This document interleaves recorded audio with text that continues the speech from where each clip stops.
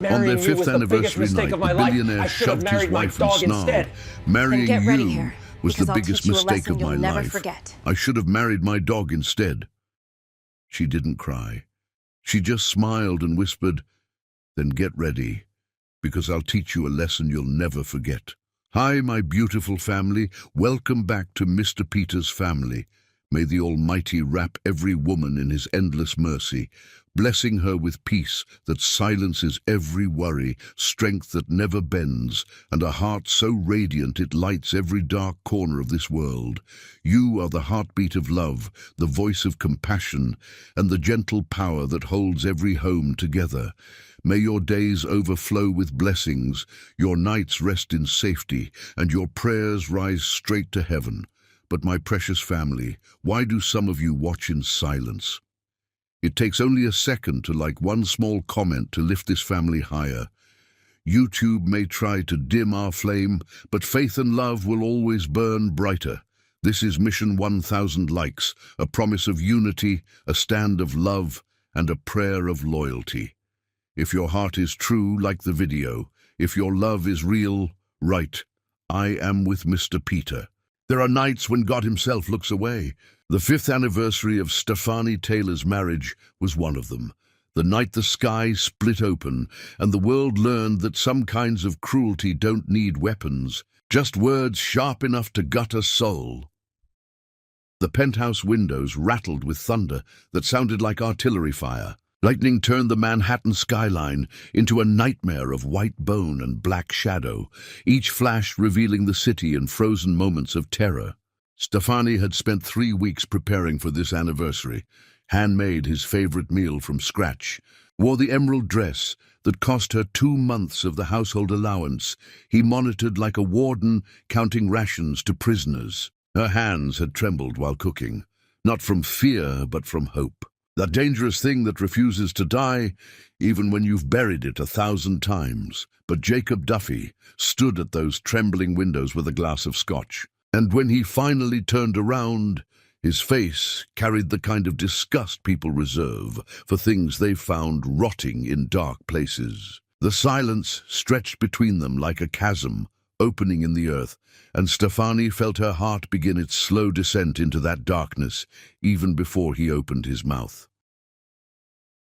"Do you know what torture is?" His voice was cold, surgical. It's not physical pain. It's having to wake up every morning next to someone who reminds you of every compromise principle, every moment of weakness, every time you settled for less than you deserved. Stephanie stood frozen, the emerald dress suddenly feeling like a costume, like she was a child playing dress-up in a world that would never accept her. Her hands trembled at her sides, but she forced them still, refused to give him the satisfaction of seeing her shake. "I look at you," Jacob continued, swirling the scotch in his glass like he was discussing weather, "and I see every mistake I've ever made. Your cheap perfume that you think smells expensive. The way you hold a wine glass like someone who learned from television. How you say, 'excuse me' to waiters like you're apologizing for existing. Because that's what you are, isn't it? An apology, a walking, breathing apology for taking up space in rooms you were never meant to enter. Jacob, please." Her voice came out strangled, small. "Please what? Please stop telling the truth? Please continue pretending that 5 years of this charade hasn't been slowly suffocating me." He laughed, and the sound was glass breaking. "My colleagues ask about you. How's your wife?" They say with that particular tone that really means, "How's your charity project going?" And I have to smile and pretend that marrying you wasn't the most humiliating decision of my life. The rain outside intensified, hammering the windows like it was trying to break through, to flood this moment and drown them both. Stephanie's hands clenched at her sides, nails cutting crescents into her palms. She could taste copper in her mouth. She'd bitten her lip without realizing it. Blood mixing with the salt of tears she refused to let fall. "There are women at my firm," Jacob said, moving closer but not touching, never touching anymore. "Lauren with her Harvard Law degree, Christina who actually understands what I do for a living. Rebecca, whose father sits on boards that matter. Real women. Women who belong in this world. And then there's you, a girl from a neighborhood where dreams go to die, wearing a dress you probably think makes you look like you fit in. His phone rang. He answered it on speaker, not even bothering to move away from her. Patricia Duffy's voice filled the room like poison gas. Is she still there, Jacob? Yes, Mother.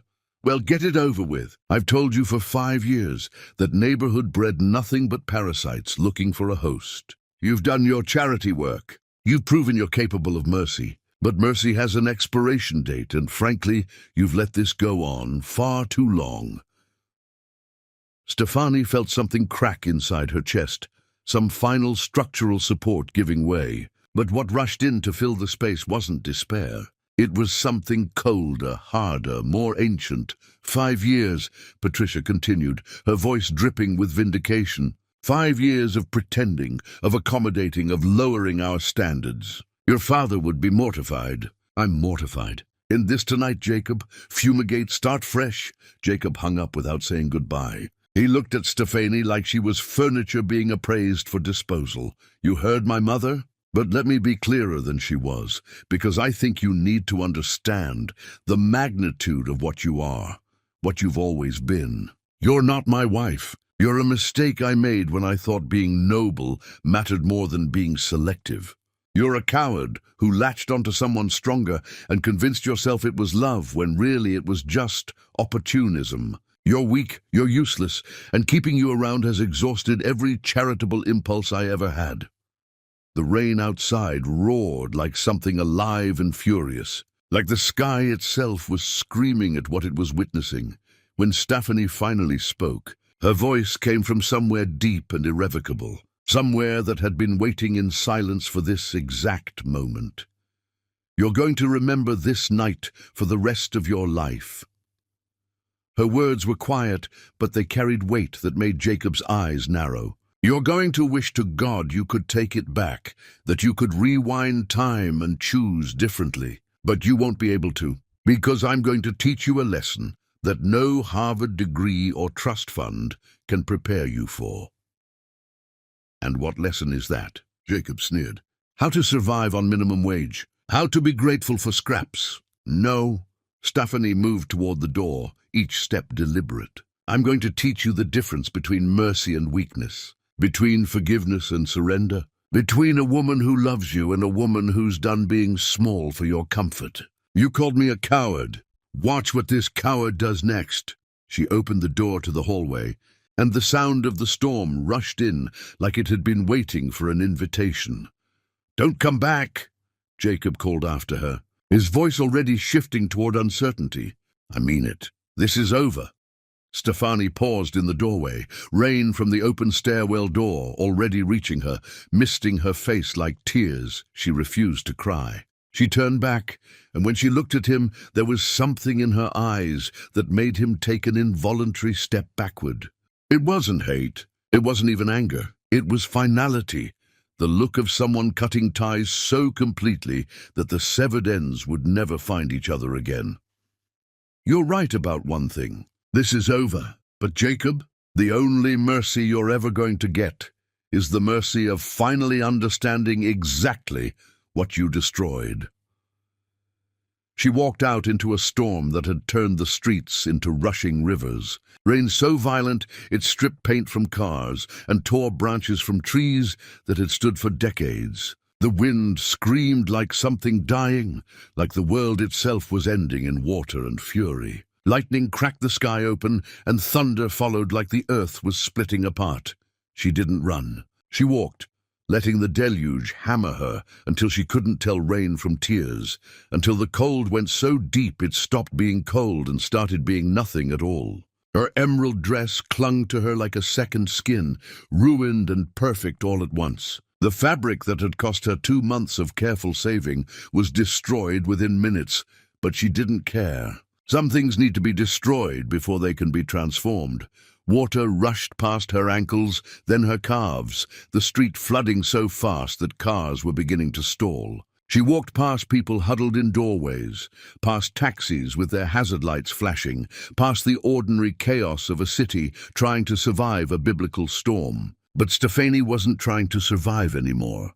She was trying to be reborn. The rain that night killed 3 people in flash floods across the city. It destroyed homes and lives and certainties. It was the kind of rain that meteorologists would call unprecedented for years afterward. The kind that priests would quietly call biblical while looking at the sky with ancient fear.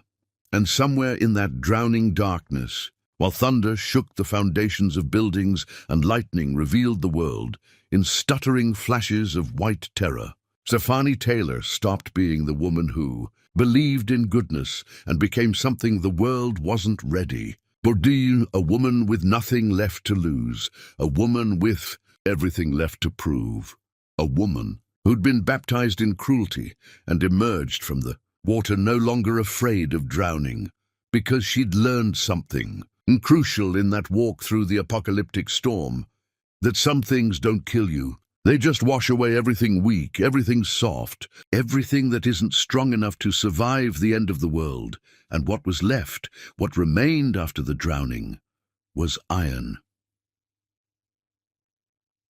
Chapter 2. The Hunger. Survival isn't noble. It's brutal and desperate and ugly, and it requires you to become someone your former self wouldn't recognize. Stefani learned this in the weeks after she left, when hunger became more real than hope, and the only warmth she felt came from her own rage. The room in Crown Heights smelled like mold and defeat. $75 a week. Shared bathroom, down a hallway that creaked like it was about to collapse. Neighbors who screamed through walls so thin you could hear their breathing. Stefani's roommates were ghosts haunting their own lives. Keisha, an emergency room nurse with dark circles under her eyes, who worked shifts that would kill most people and came home shaking from things she couldn't talk about. Paloma, a culinary student whose arms bore scars that told stories she never spoke aloud, who flinched at sudden movements and slept with a knife under her pillow. They didn't ask about the wedding ring tan line on Stefani's finger. They didn't ask why she woke up gasping every night, fighting invisible hands in the darkness. They understood that some things don't need explanation, because surviving means accepting that everyone carries wounds they can't show. The first week, Stefani cried herself to sleep on a mattress that smelled like other people's failures. The second week, she stopped crying because tears were a luxury she couldn't afford. They took energy she needed for walking miles to job interviews, for standing in lines at employment agencies where people looked through her like she was already invisible. By the third week, something had calcified inside her chest, something harder than grief and colder than despair. It was determination forged in the fire of having absolutely nothing left to lose. The community center in Brownsville hired her for minimum wage to teach art to children who'd seen more violence than most soldiers. The neighborhood was a war zone of poverty and forgotten promises, memorials on every corner for teenagers shot over nothing. Women who looked ancient at 30 because exhaustion ages you faster than time ever could. Men sitting on stoops with eyes that had stopped expecting anything good. Stefani walked past addicts, nodding off in doorways, past police tape around crime scenes that would be forgotten by evening news, past check-cashing places with bars on the windows and pawn shops selling wedding rings from marriages that didn't survive the bills. This was the world Jacob thought she'd escaped, the world he'd rescued her from like some hero in a story he'd written himself. He was wrong about the rescue. She'd never needed saving from this world. She'd needed saving from him. At the community center, children clustered around her like she was made of safety. They asked questions about colors and shapes, but really they were asking if beauty still existed in a world that seemed designed to crush it. She taught them to mix paints and sketch dreams, and when a little boy named Marcus drew his house with bars on all the windows, she didn't correct him. She just showed him how to add a sunrise behind it, Miss Stefani, why you always here? Don't you got somewhere better to be? A girl named Shanice asked one afternoon, her voice carrying that particular wisdom that comes from growing up too fast. This is the best place to be, Stephanie answered, and meant it. Because you're all here, but you could go anywhere. You talk different than us. You got that way about you that says you've seen something better. Shanice studied her with eyes that missed nothing. Why you choose to stay in a place that's trying to kill everybody? Stefani set down her paintbrush, gave the question the respect it deserved.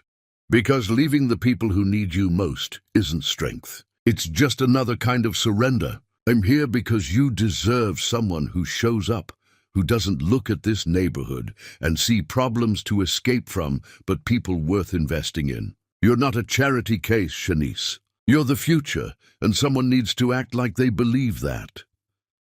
The girl nodded slowly, filing the answer away somewhere deep. You running from something, though. I can tell. People who running always work too hard, like if they stop moving, they're gonna remember something that hurts. Stephanie felt seen in a way that made her chest tight. Maybe, but I'd rather run towards something than away from it. I'm running toward who I'm supposed to become. At night, she sketched clothing designs on paper stolen from the center's supply closet. Dresses for women who worked double shifts and still wanted to feel powerful. Jackets that could survive subway commutes and still look intentional. Clothing that understood that real bodies don't match magazine standards. Her hands shook from hunger because she was eating one meal a day, saving money for fabric scraps and thread, building something from nothing while her stomach gnawed at itself.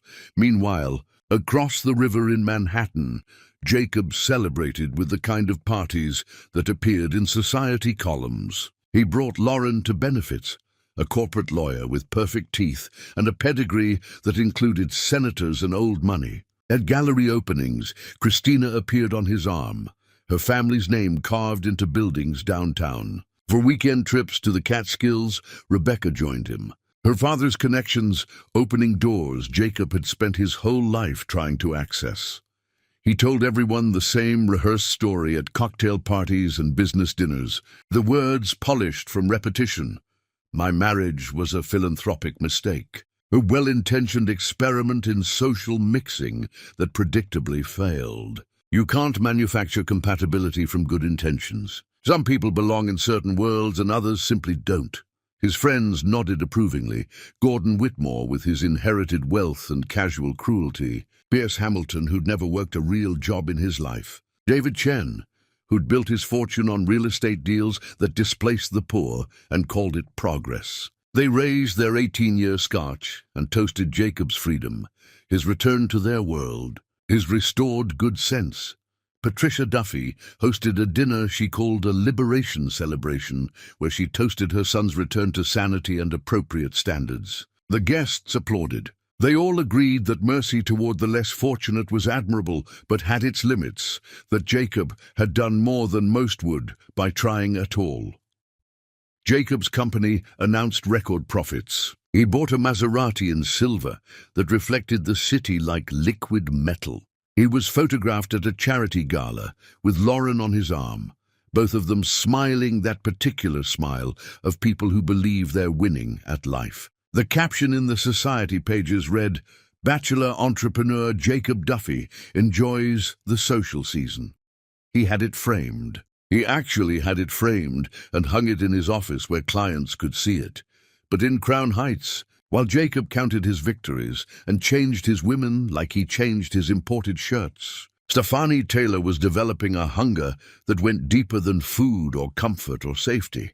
It was the kind of hunger that could consume entire empires if you fed it long enough and aimed it right. She began to understand something that Jacob never could, something that his privilege had protected him from learning, that being underestimated is the greatest gift your enemies can give you. That invisibility is power when you're building something they can't see coming. That the world ignoring you means the world isn't watching when you sharpen your teeth. Late at night, Keisha would come home from the hospital, still wearing scrubs stained with other people's emergencies. She'd find Stefani sketching by lamplight, surrounded by designs that looked nothing like what wealthy people wore. "You really think anyone's going to buy clothes made by some girl in Crown Heights?" Keisha asked once. Not cruel, but genuinely curious. Stephanie looked up from a sketch of a dress that could transition from morning commute to evening confidence with one adjustment.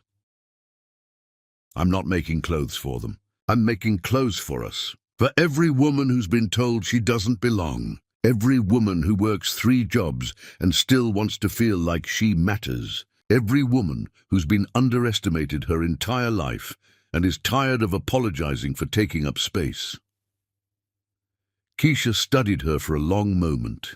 "You're either going to change the world or break trying." "Then I'll break." Stefani went back to sketching.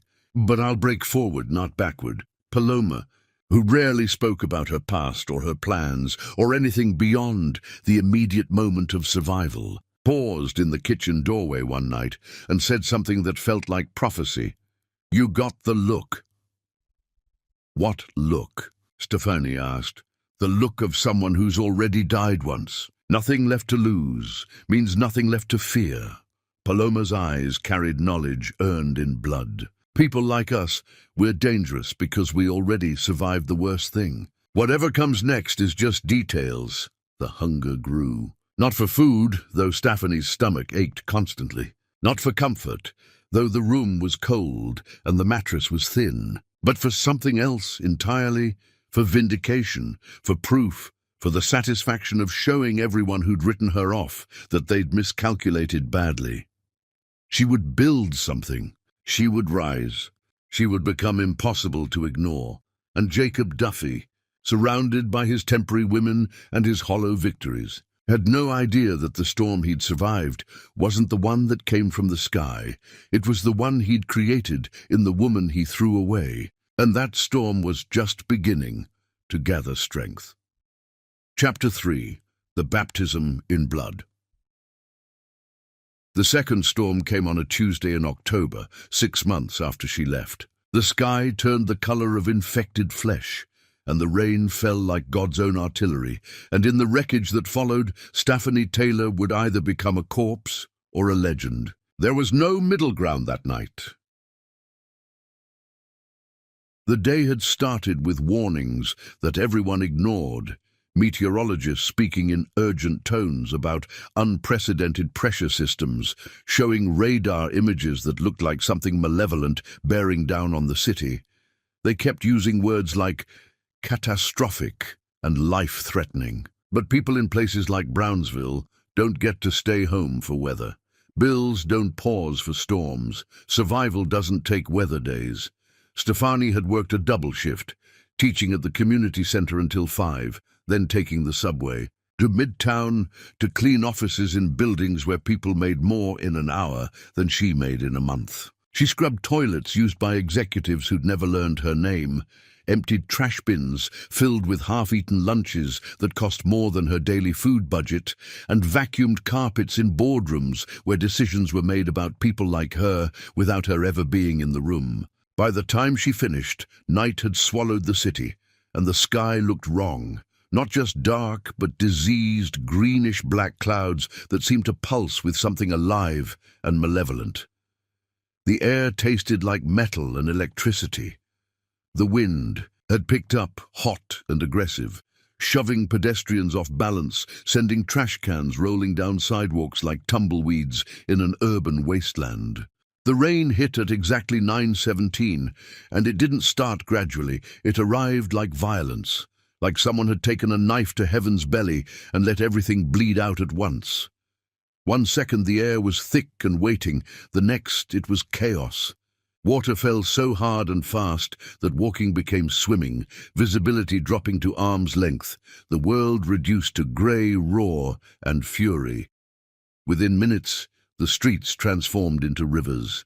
Not puddles, rivers with currents strong enough to sweep people away. Water rose past ankles toward knees with terrifying speed, carrying debris that became projectiles. A shopping cart careened past, followed by scaffolding pieces, a mailbox torn from concrete. The city's infrastructure was utterly overwhelmed. Stephanie fought toward the subway, but water was already cascading down the stairs in waterfalls. Cars hydroplaned into each other, brake lights smearing red through the downpour like arterial spray. A trash can flew past her head. Thunder shook. The ground beneath her feet rattled in her chest cavity. Lightning cracked so close she could smell ozone, could feel her hair standing on end. A transformer exploded with a sound like a bomb, sending sparks cascading down like demonic fireworks, hissing as they hit the flooding water. The explosion turned 2 blocks into a strobe-lit hellscape. Lights in surrounding buildings flickered once, twice, then died, plunging entire blocks into darkness, punctuated only by lightning and the headlights of crashed cars. Then she heard it, the sound of metal crumpling, glass exploding. Through the curtain of water, she saw the black sedan wrapped around a streetlight, hood crushed like aluminum foil. The streetlight bent at an impossible angle, wires exposed and sparking. Smoke poured from the engine in thick clouds. And inside, through the spider-webbed windshield, a man slumped over the wheel, crimson streaming down his face in quantities that meant death was approaching. His head tilted at a wrong angle. One arm hung limp through the broken window, fingers twitching, the only sign of remaining life. Around the wreckage, people stood in doorways with phones out, recording, commenting, broadcasting to audiences who'd consume this tragedy tomorrow morning. Filming but not helping, watching but not acting. Their faces were illuminated by screens, blue light making them look corpse-like. Some narrated what they saw, others checked their view counts in real time. One person adjusted their angle for better framing. Another was eating from a bag, chewing while documenting someone's potential death. Something detonated in Stephanie's chest, cleaner and hotter than rage, more primal than anger. It was the accumulated fury of every time she'd been invisible, every time she'd been dismissed, every time someone had watched her suffer and done nothing. "How can you just stand there?" She was screaming before she knew she'd opened her mouth, her voice somehow cutting through the storm's roar. "He's dying right in front of you. He's bleeding out while you're getting footage. What's wrong with you? When did we stop being human?" No one moved. They kept filming, recording her now too, because outrage makes content. One person's face showed a slight smile, excited that the drama was escalating, that their video was improving. The rage that consumed her then was purer than anything she'd felt in months, more righteous, more necessary. She ran toward the wreck, feet splashing through water already calf-deep, her shoes filled instantly, dragging like anchors. She kicked them off mid-run, kept going barefoot through water probably filled with broken glass and chemicals. The car door was crumpled shut, metal compressed into shapes that defied physics, but she tore at it anyway, fingers finding impossible grip, pulling with strength that shouldn't exist in her malnourished frame. Her hands slipped once, twice, knuckles splitting open on jagged edges. Blood mixed with rain made her grip worse, but she kept pulling, kept screaming, kept refusing to accept that this man would die because everyone else had decided watching was easier than acting. The metal shrieked as it gave way, the sound, cutting through the storm like a wounded animal's last breath. The door tore partially open, not all the way, but enough for her to squeeze into a space that smelled like approaching death. The man was trapped, legs pinned by collapsed dashboard. The smell of gasoline was overwhelming, mixing with blood and rain in a cocktail that meant imminent fire. The entire front had compressed, engine pushed back into the passenger compartment. The dashboard displayed spiderweb cracks. The steering wheel was bent. His legs were somewhere in that twisted metal. The engine ticked with residual heat. One spark and they both burned. Electrical wires crackled overhead, ozone and burning insulation mixing with rain. Broken glass covered everything, on seats, embedded in his clothes, in his hair like horrific glitter, covering the dashboard in a constellation of tiny razors. It sliced her palms, her forearms, turning her skin into a map of red lines. "Hey, stay with me!" She ripped off her jacket, the only warm thing she owned, and tore it into strips with her teeth because her hands were too slippery to grip properly. The fabric shredded, already weakened by months of wear. She packed the makeshift bandages against the gash in his head, applying pressure that made him groan. Good. Groaning meant alive, meant his body was still fighting. His eyes flickered, open, terrified, confused, already halfway to wherever people go when life drains too fast. They were grey, she noticed, like storm clouds, currently filled with primal fear that comes from understanding you're dying and being powerless to stop it. His pupils were different sizes, head injury, possible brain bleed. His breathing was shallow, rattling, each inhale possibly his last. "I need help!" Stefani screamed at the crowd, at the phones, at the universe itself. "Someone call an ambulance. Someone do something that isn't recording. He's dying. A human being is dying while you film it like entertainment." Her voice cracked, but still no one moved.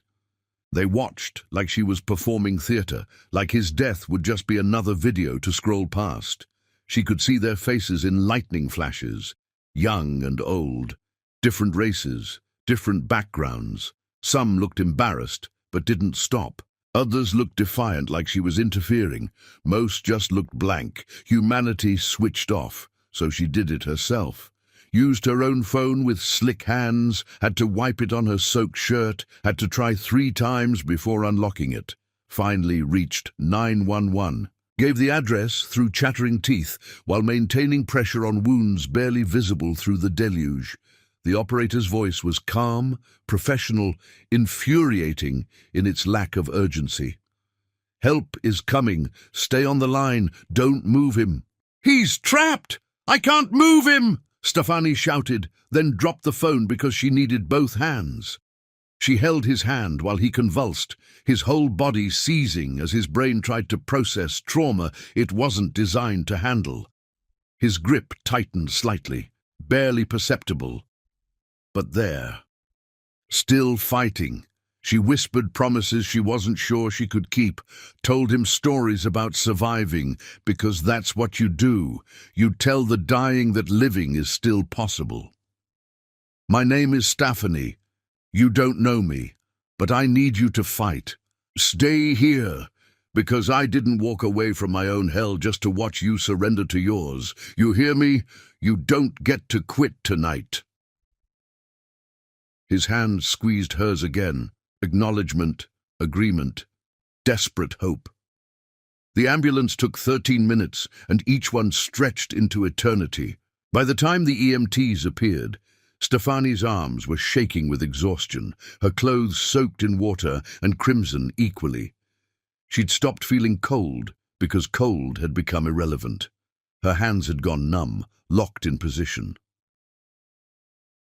The EMTs were professional, efficient, movements practiced and sure. They assessed everything in seconds: the trapped legs, the head wound, spinal injury possibilities, gasoline smell, exposed electrical wires. They worked to stabilize him while calling for extraction equipment. One of them, a woman with kind eyes, looked at Stephanie, at her torn clothing and fierce expression. "You probably saved his life. The head wound alone, 5 more minutes and he'd have bled out." They tried to send her away. She needed medical attention herself, family only beyond this point, but she'd gone somewhere beyond rules. She rode in the ambulance, refusing to release his hand because no one should die alone. Because being human means showing up when everyone else walks away. In the ambulance, with sirens screaming and lights flashing, the EMT worked frantically. Started an IV, applied oxygen, checked vitals that were dropping too fast. The machines beeped urgently. Stefani whispered to the unconscious man, "Come on, you fought this long. Don't quit now." At the hospital, fluorescent lights revealed the full extent of damage. His face was carved open, body broken in ways that would require surgery and miracles. She looked like she'd walked through warfare. Crimson covered her clothes, matted in her hair. Glass glittered in her skin like deadly jewelry. Her feet were torn from running barefoot through flooded streets. A nurse approached with a wheelchair. "You need treatment." "I'm not leaving," Stephanie's voice was hoarse. "Not until I know he's alive." The nurse looked at her and saw something that made her step back, recognition of someone who'd made an unshakable decision, someone transformed by crisis and choice. "All right, there's a chair by the wall." For 3 days she haunted those halls, sleeping in chairs that left marks, eating vending machine crackers that tasted like cardboard, praying to gods she'd stop believing in. His staff arrived on the 2nd day, men in expensive suits who looked at her like she was a miracle they couldn't quite comprehend. "Who are you?" unasked, voice carrying awe and confusion. Someone who was there when it mattered. They told her she'd saved Matt Henry, billionaire developer, real estate magnate, man whose buildings defined half the Manhattan skyline. But she didn't care about his resume or bank account or influence. She cared that he was alive. She cared that one person didn't die in the rain because everyone else was too busy filming to be human. On the 4th day, when Matt Henry finally opened his eyes and saw her sitting there, gaunt and exhausted and fierce, he understood something that would change both their lives forever. That true power isn't money or status or buildings with your name on them. It's the willingness to run into burning hells when everyone else runs away. It's the courage to bleed for strangers while crowds stand and watch. It's the humanity to care when caring costs you everything, and he'd just met someone who embodied all of it. A woman, forged in storms and tempered in blood. Woman who'd already survived drowning once. A woman who knew exactly what it meant to be saved. Chapter C. For the resurrection. There are 2 kinds of investment in this world. The kind that expects return and the kind that recognizes value others are too blind to see. Matt Henry built his fortune on the first. With Stephanie Taylor, he was about to discover the second kind could burn down entire worlds and rebuild them from ashes. Matt Henry woke to pain that felt like his body was actively trying to reject existence. Every nerve screamed. Every breath was negotiated with broken ribs that felt like knives pressing into his lungs. But the first thing he saw wasn't the ceiling or the machines or the sterile prison of his hospital room. It was her. She sat in a chair by the window, backlit by morning light that made her look almost translucent, like she might disappear if he blinked. Her clothes were donated scrubs 3 sizes too large. Her hair needed washing. Dark circles under her eyes suggested she hadn't slept in geological time. But there was something in the way she held herself, spine straight despite exhaustion, hands folded in her lap with careful dignity, that made him think of iron wrapped in silk. And Matt felt something crack open in his chest that had nothing to do with broken bones. He'd been married twice. Both times he'd been the one pursued. Women who saw his wealth before they saw him, who smiled at his potential rather than his person. He'd learned to recognize the calculation in their eyes, the way they assessed him like property to acquire. This woman had saved his life and sat vigil for days, and she was looking at him like he was just another person who needed help. No agenda, no angle, just raw, inexplicable humanity. It terrified him in ways boardroom battles never had. "You're awake." Her voice was rough, scraped raw from screaming. "Good. I was starting to think you were too comfortable with dying." "Who?" His throat felt like broken glass grinding together. "Who are you?" "Someone who was there when it mattered." She stood, moved to his bedside with careful deliberation, like her body was running on fumes, but her will wouldn't let it quit. "Someone who decided you didn't get to quit that night." Memory returned in jagged fragments. The storm, the impact, being trapped and knowing fire was coming, someone screaming at the darkness. Her. She'd been screaming at people to be human, and when they wouldn't, she'd done it herself. Through the physical agony, Matt felt something else entirely, a debt so profound it felt like gravity shifting. "You saved my life." It wasn't a question. "I kept you alive until professionals arrived." "They saved your life. I just refused to let you die alone in the rain while people filmed it for entertainment." She picked up a cup of water, held the straw to his lips with steady hands, despite visible trembling in her fingers. "Drink. You've been unconscious for days. Your body needs to remember how to be alive." Over the following week, as his body began its reluctant crawl toward healing, Matt learned her story in pieces she offered like shards of broken glass, sharp enough to cut, but necessary for understanding the whole picture. She told him about Jacob, about the anniversary that ended in cruelty, about surviving on wages that barely covered food. She didn't tell it like a victim seeking sympathy. She told it like someone reporting facts. These things happened. She survived them. Moving forward was the only option. But Matt heard what she didn't say, understood what lived in the silences between words, recognized the particular kind of strength that comes from being broken and choosing to rebuild rather than surrender.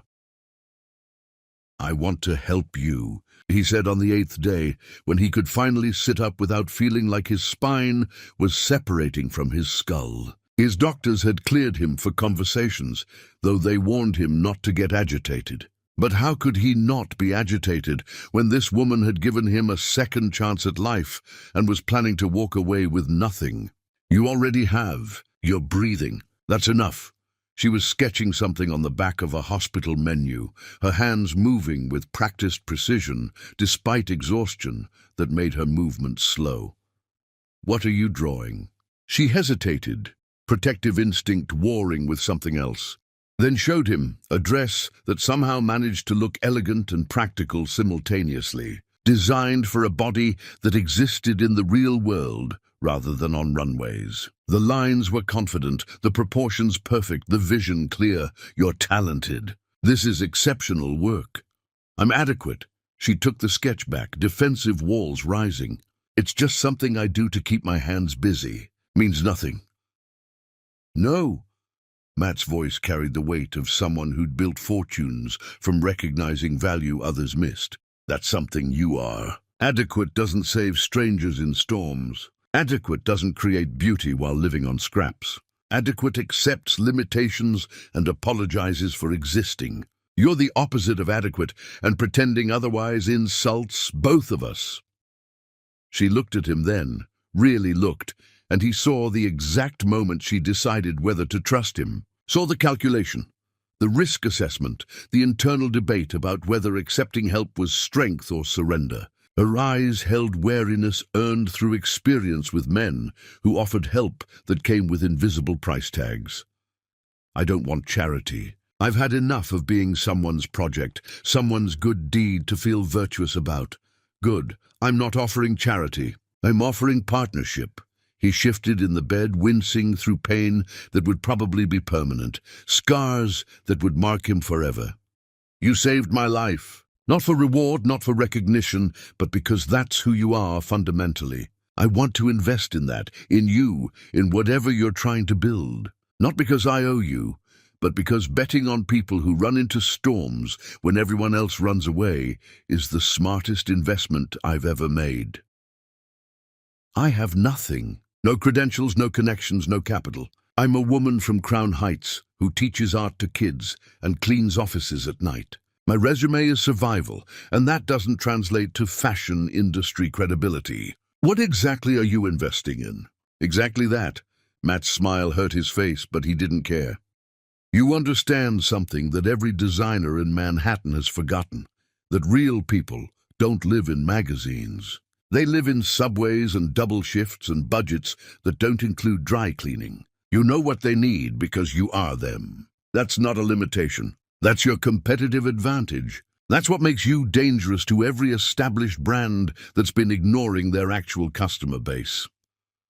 The silence stretched between them, heavy with possibility and doubt in equal measure. "Why?" Her voice was barely audible. "Why would you do this for me? What's the catch?" "There's no catch. I almost died in that car. I felt life leaving, felt myself giving up, and then you appeared screaming at death itself to back off. You reminded me that people still exist, who believe every life matters, even when no one's watching, even when there's no reward. That's rare. That's valuable beyond any monetary calculation. He paused, making sure she heard what he was really saying. I spent my whole life building things, making money, accumulating wins, and none of it mattered when I was trapped in that car. What mattered was that one person cared enough to bleed for a stranger. Let me return the favor. Let me invest in someone who deserves it, instead of someone who just knows how to pitch. The studio in Brooklyn came first, a space in a converted warehouse where light flooded through windows that had once watched factory. Workers build things with their hands. Matt provided connections to manufacturers who valued quality over pedigree, introduced her to fabric suppliers who respected vision over credentials. But he did it carefully, strategically, making sure every introduction came with context about her talent rather than his investment, ensuring people saw her work before they knew his involvement. I don't want them respecting you because of me, he explained when she asked why he wasn't leveraging his name more aggressively. I want them respecting you because your designs are undeniable. My money opens doors. Your talent keeps them open.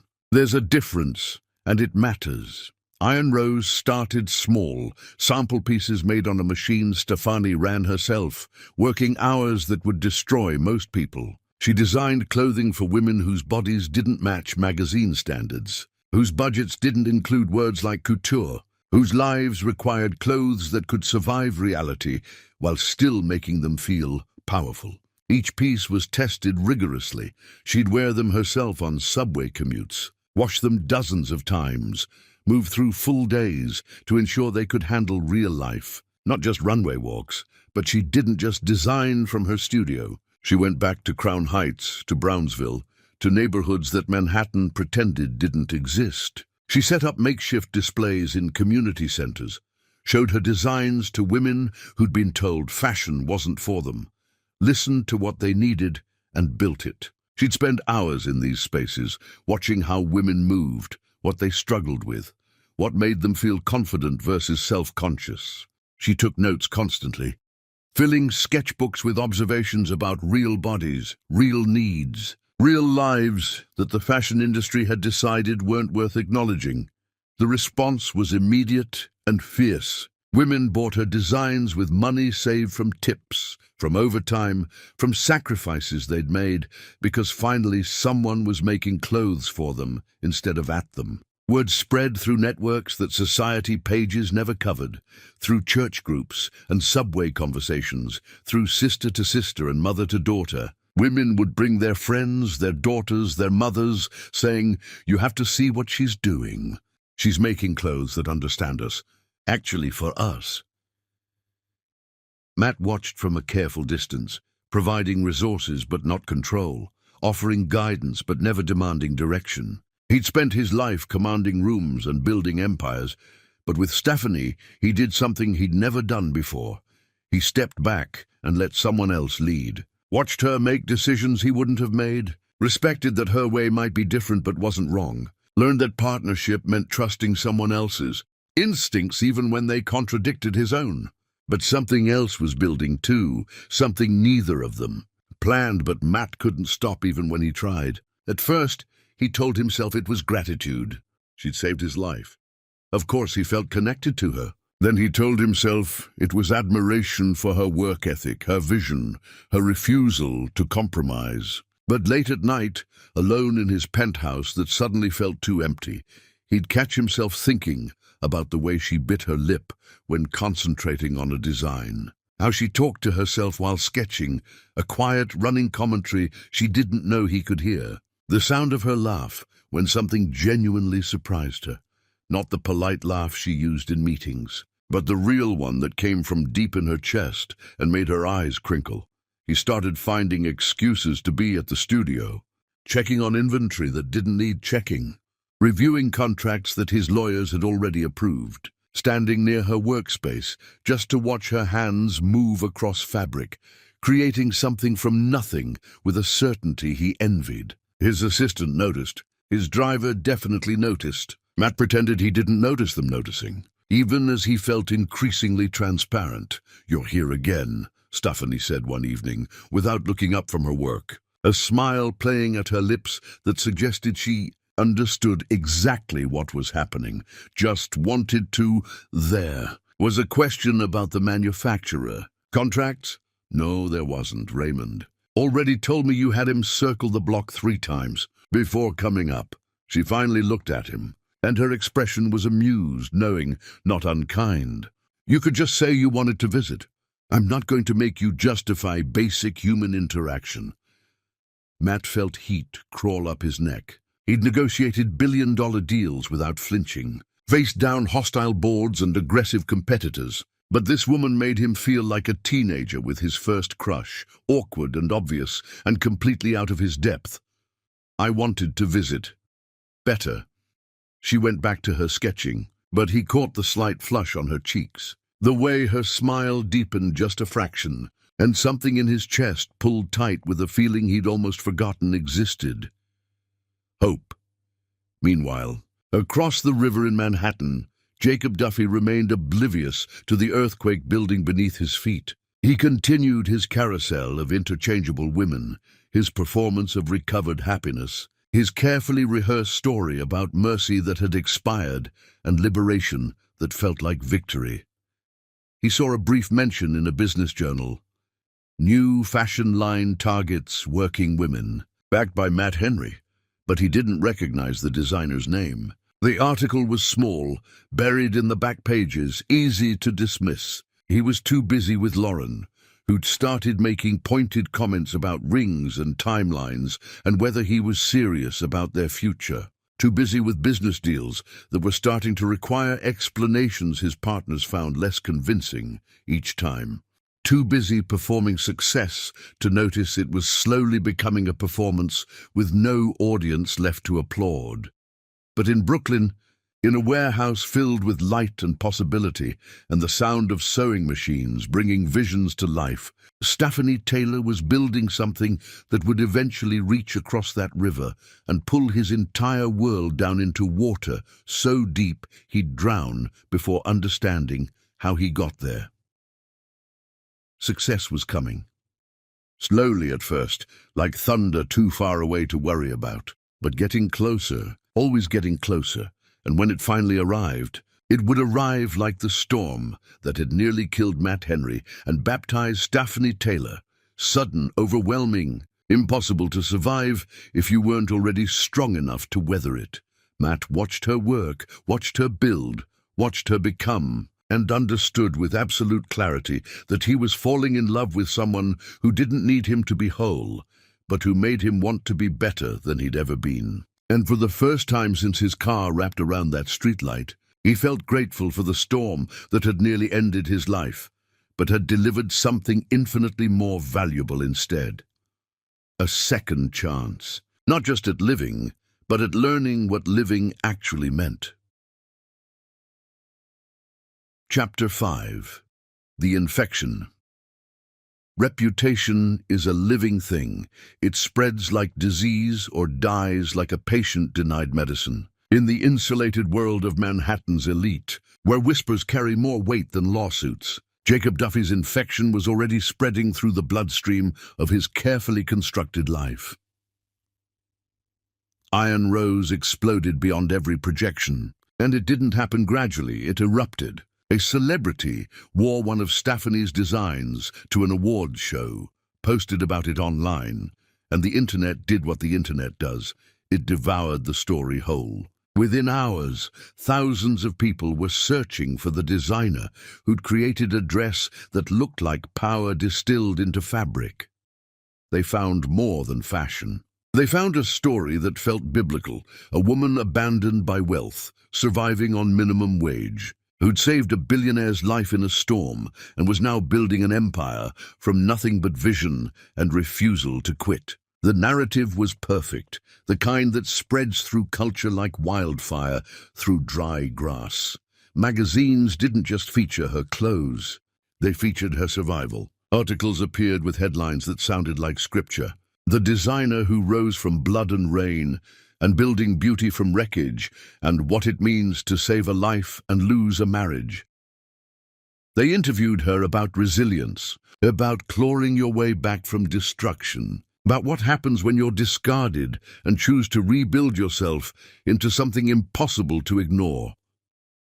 Stefani never mentioned Jacob by name. That silence was deliberate, calculated, and more devastating than any accusation could be. She spoke about surviving cruelty, about leaving situations that diminished you, about learning that your value isn't determined by people who couldn't see it. She spoke in universals that everyone recognized as specifics.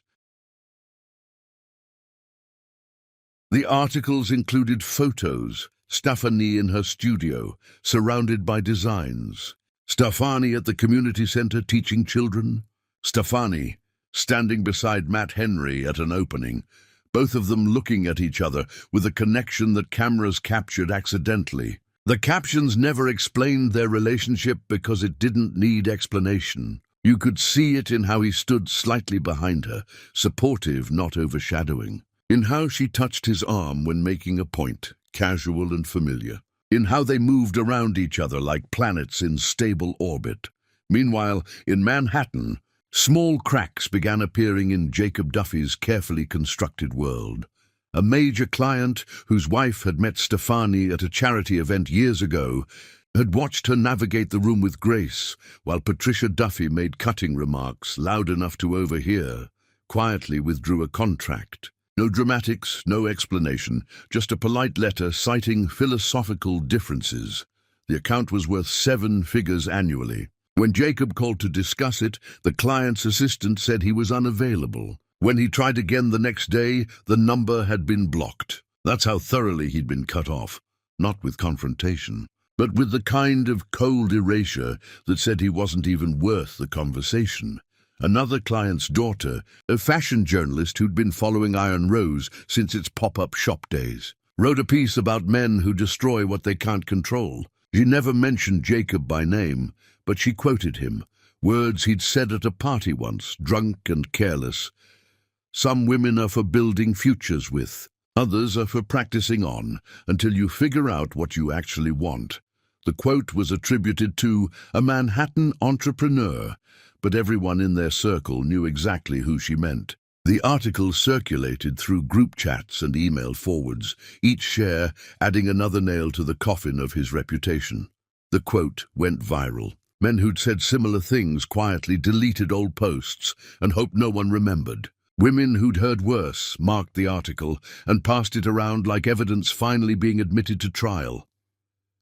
Gordon Whitmore, Jacob's business partner, received an anonymous package containing every sexist email Jacob had sent over the past decade. Comments about female colleagues that ranged from dismissive to overtly cruel. Jokes about hiring practices that revealed exactly what he thought women were worth. Assessments of clients based on attractiveness rather than competence. One email chain discussed a potential hire. She's qualified, but looks like someone's disappointed mother. Pass. I don't pay people to make the office depressing. Another rated female employees on a scale, complete with crude commentary that made Gordon physically ill reading it. Gordon called an emergency meeting. His own daughter was a junior partner at the firm, and she'd been reading the emails with an expression that made Gordon realize how much he'd been ignoring. How many warning signs he'd dismissed as boys being boys. The look on her face, disappointment mixed with betrayal, would haunt him for months. "This is a liability," Gordon said, his voice cold and final. "Not just legal, moral. I have a daughter, Jacob. What message does it send if I keep you on after seeing how you actually think about women? What does it say about me that I've been your partner all this time and never questioned whether your success was built on respect or exploitation? Those emails are private. Someone broke the law accessing them." Jacob's voice carried desperation disguised as outrage. "No, someone held up a mirror. And I don't like what I'm seeing."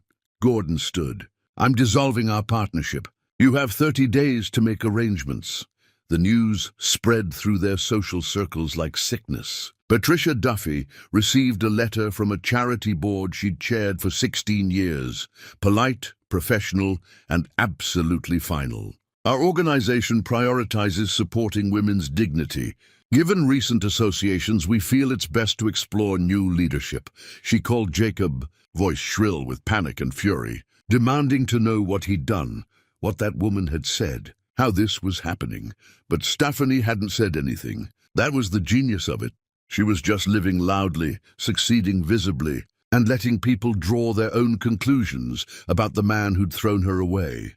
Women who'd worked with Jacob started speaking up, not filing formal complaints, just sharing experiences in conversations that happened to include people who made decisions. How he'd dismissed their ideas in meetings, then presented the same concepts as his own. How he'd commented on their appearances instead of their work. How he'd made them feel small in 1,000 subtle ways that individually seemed minor but collectively created a portrait of someone fundamentally disrespectful.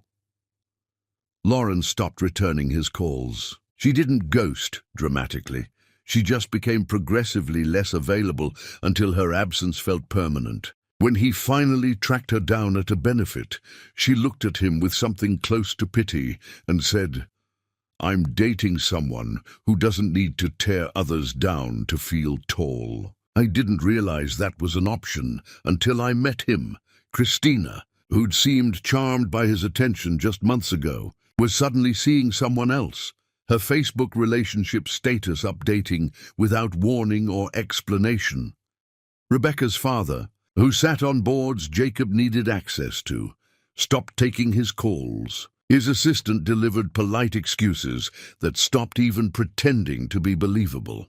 The country club membership came up for renewal. The letter suggested, gently, professionally, that perhaps it was time to explore other options.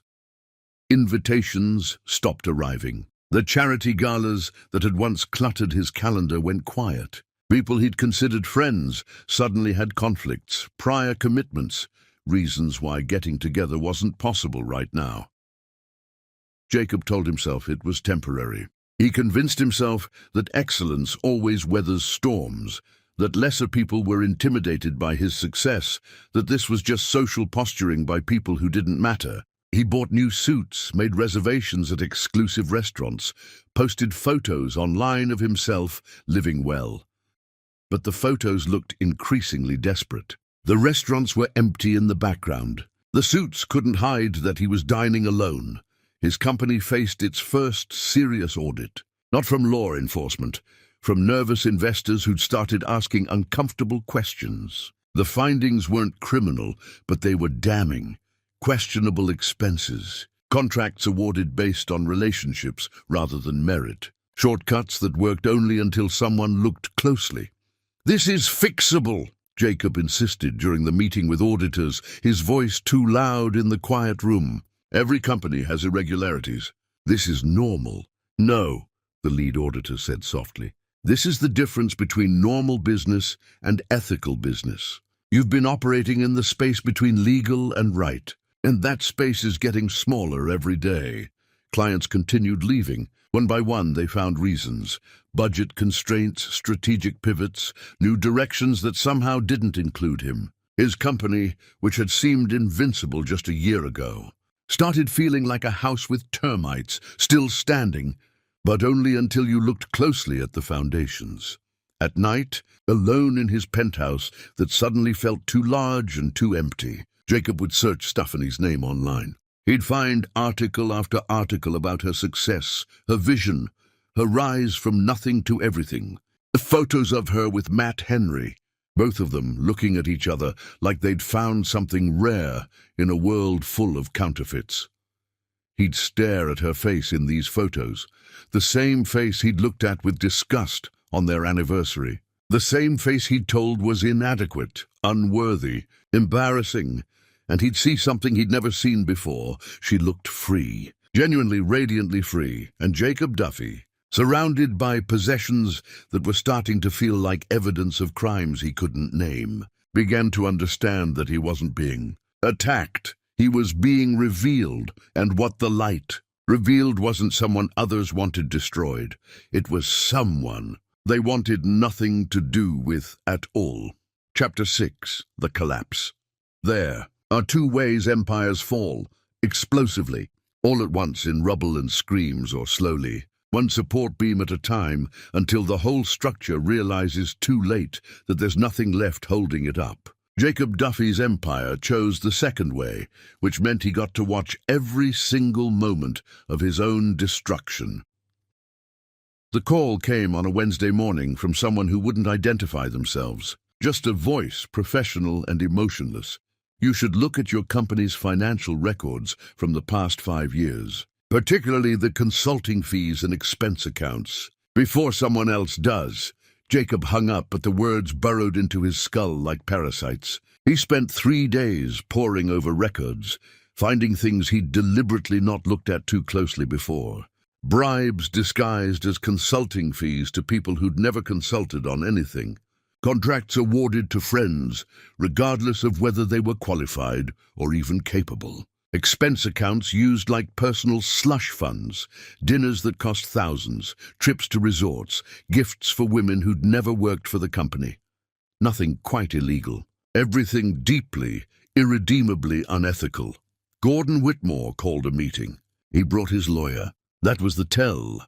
When your partner brings a lawyer to a conversation, you're not having a conversation. You're being notified. I'm dissolving our partnership. Gordon's voice carried no warmth, no history, no acknowledgement of years of working together. Effective immediately. You can't just... I can. I am. Gordon slid papers across the table. The separation agreement is fair financially. But I'm done, Jacob. My daughter read those emails. She asked me if I knew what kind of man you were. And I realized I did know. I just hadn't cared enough to do anything about it. The press release went out that afternoon. Professionally vicious, irreconcilable differences in professional ethics and fundamental values. Every word chosen for maximum damage. Every phrase, an indictment that would follow Jacob into every future opportunity. The audit came next. Federal investigators with badges and subpoenas, combing through everything with the enthusiasm of people who'd found a target. They discovered what Jacob had known all along, but never bothered to hide properly. The pattern of questionable decisions. The blurred lines between business and personal. The systematic choosing of what was profitable over what was right. They brought boxes of documents, set up in his conference room like they were moving in permanently, asked questions that revealed they already knew the answers and were just building the case brick by brick. These findings aren't criminal, the investigator told him in a voice that suggested disappointment about that fact. But they'll be public record. And I think you'll find that sometimes the court of public opinion is harsher than any judge. The man was right. The findings leaked. They always leak. And the business press treated them like evidence of a pattern everyone had suspected but never confirmed. Articles appeared with headlines like, "The cost of cutting," "Corners and when," "Ethics become optional." His photo ran alongside. Terms like questionable practices and systematic abuse of trust. The investors fled first. Phone calls that started with, "We need to talk about the current situation," and ended with, "We're withdrawing our capital." Polite, professional, absolute. Money disappeared faster than water through open fingers. One investor, someone Jacob had considered a friend, left a voicemail that summed up the consensus. "I can't explain to my board why we're backing someone who treats people as disposable. The returns aren't worth the reputation cost." Clients followed. Major accounts that had seemed permanent suddenly weren't. They found reasons, budget reallocations, strategic shifts, new directions that somehow didn't include him. Some were honest about it. "Our board won't approve contracts with your firm given recent revelations." Most just disappeared, ghosting him like a bad relationship. Patricia Duffy called, her voice tight with fury, barely contained. "I've been removed from 3 charity boards. 3. Do you understand what you've done? I've spent decades building my reputation, and you've destroyed it in months." "I didn't do anything," Jacob said, hearing how pathetic it sounded even as the words left his mouth. "Exactly. You didn't do anything. You didn't treat your wife with respect. You didn't conduct your business ethically. You didn't care who you hurt as long as you got what you wanted. And now we're all paying for your arrogance." She paused, and when she spoke again, her voice was ice. "I'm removing you from family events. Don't call me again until you've figured out how to become someone I'd acknowledge as my son." The penthouse had to be sold. Not immediately. Jacob still had resources, still had savings, but the monthly fees exceeded what he could justify when clients were disappearing and investors were running. The realtor who'd sold it to him 3 years ago came back, her sympathy professional and practiced. "The market's good," she said, which was realtor speak, for the price might hurt, but at least it'll sell quickly. Moving day felt like funeral arrangements. Movers carried out furniture that cost more than most people's annual salaries. The Italian leather couch, the handcrafted dining table, the art pieces he'd bought because someone told him they were important. It all looked like props now, set pieces from a play that had closed. The new place was a 2-bedroom in Queens. Not bad by normal standards. Most people would be grateful for the space, the natural light, the relative quiet. But Jacob wasn't most people. He was someone falling from a height where the ground kept getting closer and he couldn't figure out how to stop. Lauren called once, briefly. "I heard about the audit. I'm sorry things are difficult." Her voice carried no invitation for continued conversation, no suggestion that they might reconnect once this blew over. Just acknowledgement that something had ended. Someone was suffering, and she was glad she'd gotten out before the crash. Christina sent a text. "Best wishes moving forward." It read like a greeting card, selected for its inoffensiveness. Rebecca didn't bother with even that much. Just silence, absence, the ghost of what might have been if he'd been someone different. The country club membership lapsed. The letter was gentle but firm. "After careful consideration, we feel it's appropriate to explore new directions," which meant we don't want you here, and we're being polite about telling you to leave. Social invitations stopped arriving. The galas and benefits and gallery openings that had filled his calendar went quiet. People he'd considered friends suddenly had conflicts, emergencies, reasons why meeting up wasn't possible right now. Jacob tried forcing it once, showed up at a charity event he'd attended for years, even bought a ticket when the invitation didn't come. People were polite, distantly, carefully polite, like he was something contagious they couldn't risk getting too close to. Conversations ended when he approached. Groups dissolved when he joined them. By the end of the evening, he was standing alone near the bar, watching everyone else network and connect, realizing he'd become invisible. His company, what remained of it, operated out of a shared office space in Midtown, the kind of place where startups rented desks by the month, and everyone pretended their reduced circumstances were temporary stepping stones rather than final destinations. Jacob shared a floor with a crypto enthusiast who'd lost everything in a crash, a tech entrepreneur whose app had never quite launched, and a life coach who seemed to need coaching himself. The work that came in was small, boring, barely worth the effort. Consulting projects for clients who couldn't afford better. Contract work for companies that didn't care about quality, just price. Jacob, who'd once managed accounts worth millions, now wrote proposals for 5-figure projects and felt grateful when they said yes. At night, he'd search Stefani's name online. It was compulsive, destructive, like picking at a wound that wouldn't heal. He'd find new articles, new photos, new evidence of her ascending while he descended. Iron Rose had opened 12 stores. She'd launched a foundation. She'd been featured in magazines with words like revolutionary and visionary and inspiration. And always in the photos, Matt Henry stood nearby. Not possessive, not controlling, just present. Supporting her the way partners are supposed to, like her success was his pride rather than his competition. Jacob would stare at these photos until his eyes burned, trying to understand what had happened. When had the world turned? When had his story stopped being about his triumph and started being about his downfall? When had everyone decided he was the villain? But deep down, in places he refused to examine closely, Jacob knew the answer. It had always been like this. He'd just been too insulated, too privileged, too convinced of his own righteousness to notice. The world hadn't changed its opinion of him. It had just stopped being polite about it. His mother's final call came on a Tuesday morning. No warmth, no preamble. "I'm removing you from family photos at the club. People ask about you, and I have nothing to say that doesn't embarrass me. Figure out how to redeem yourself, or stop being my problem. Those are your options."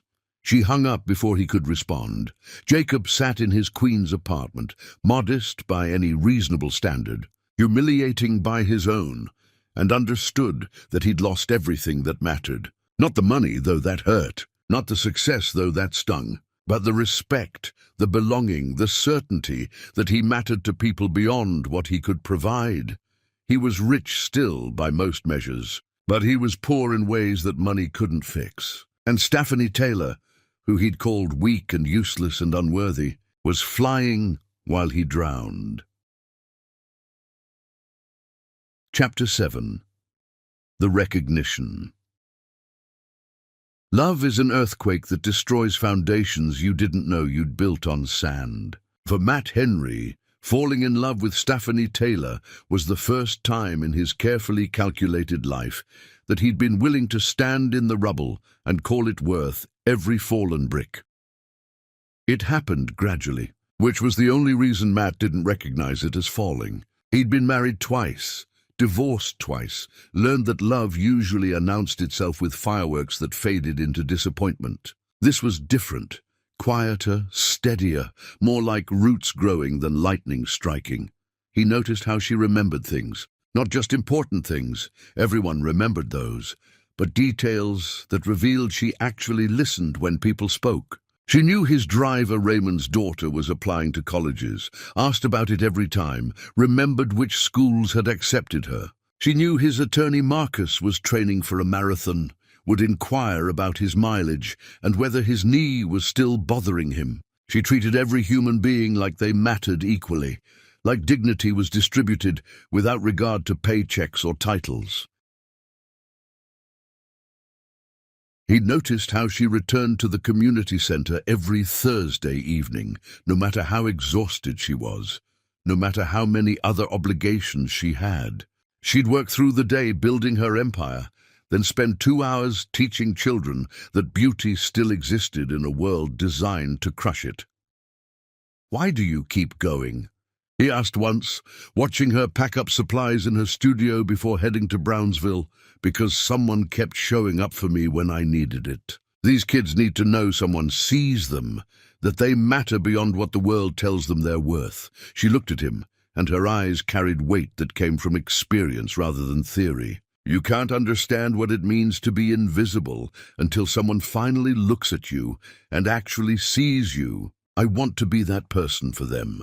He noticed how she navigated success without letting it change her core. Iron Rose was exploding, media attention was constant, opportunities were flooding in, and she remained somehow grounded. She didn't move to Manhattan or start dressing in designer labels.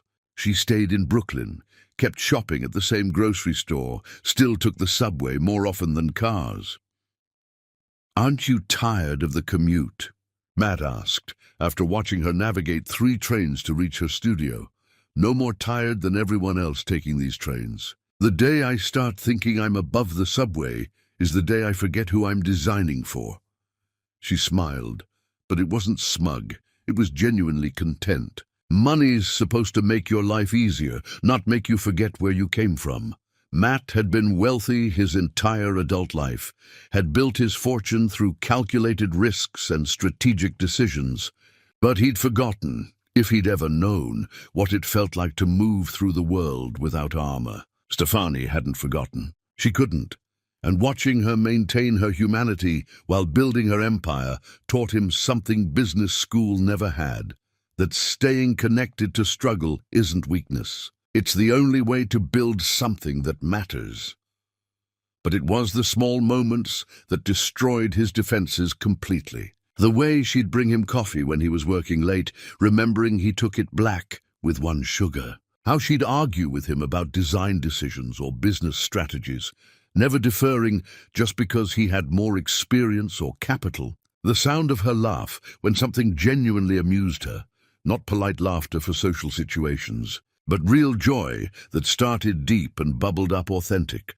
One evening, working late in her studio, she broke. Not crying, something deeper, more fundamental. She was staring at a design that wasn't working. And suddenly her hands were shaking, her breathing shallow, her whole body radiating exhaustion that went beyond physical. "I don't know if I deserve this." Her voice came out raw, stripped. "What if I'm fooling everyone? What if tomorrow they all wake up and realize I'm just a woman from Crown Heights who got lucky? What if this all falls apart because I'm building on nothing, on accident, on borrowed time?" Matt moved to her, not touching, because he wasn't sure he had permission, just being present.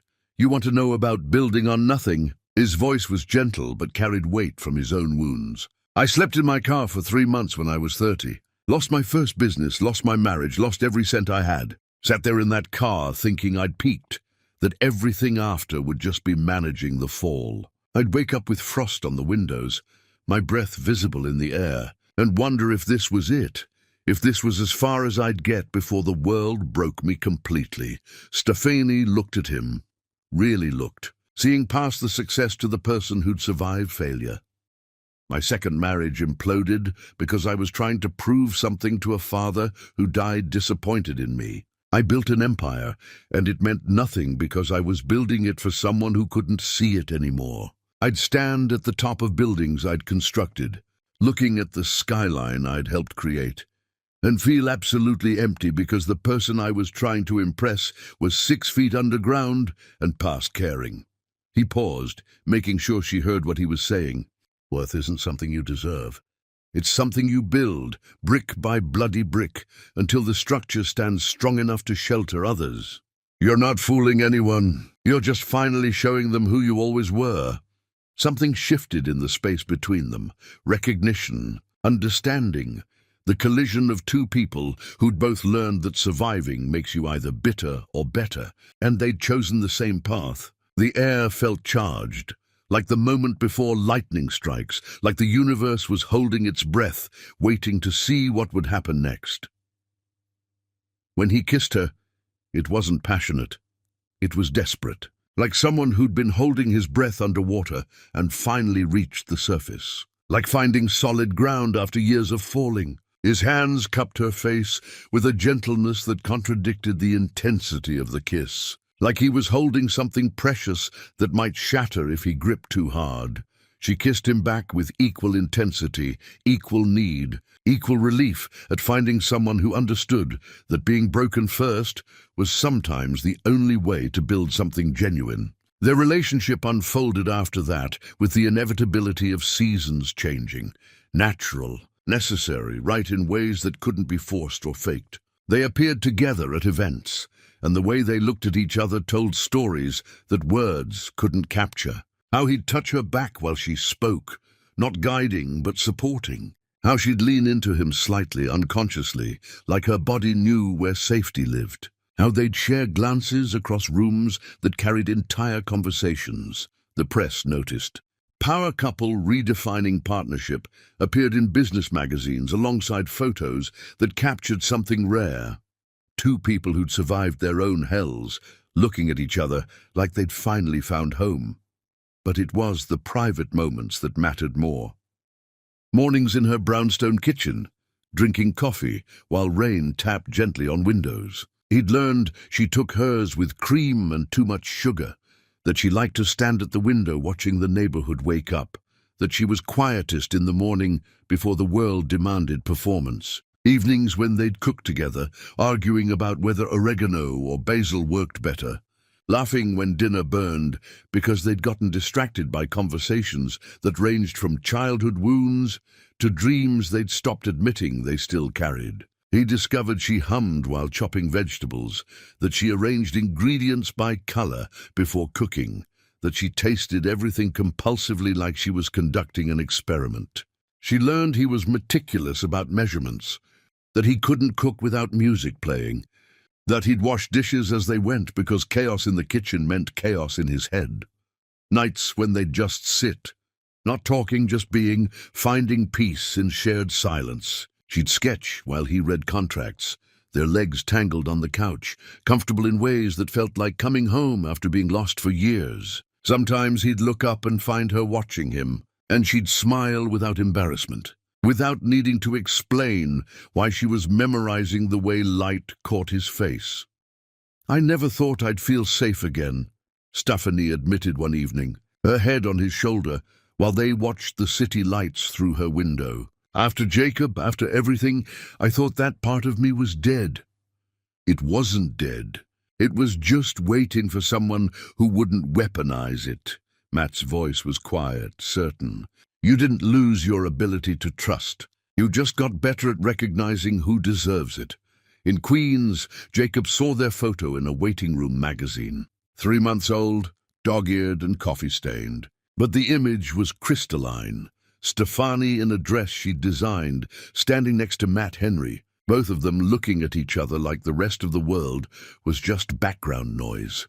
Her smile, that smile Jacob used to think he owned, used to take for granted, used to dismiss as inadequate, was directed at Matt with an intensity that said, "I choose you" in every pixel.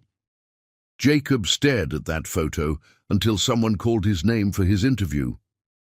He went through the motions of answering questions, knowing he wouldn't get the job, unable to stop thinking about that smile.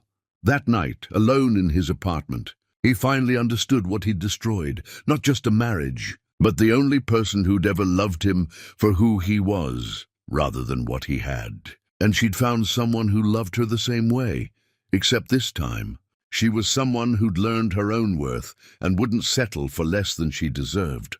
The worst part wasn't that he'd lost her.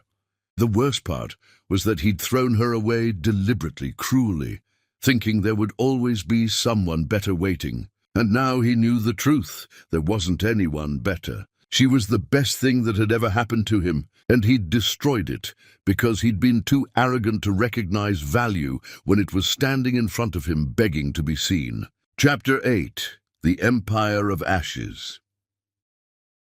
Some people build empires from gold and privilege. Others build them from rubble and rage. Stephanie Taylor's empire rose from both, the rubble of what she survived, the rage of refusing to let it define her limits.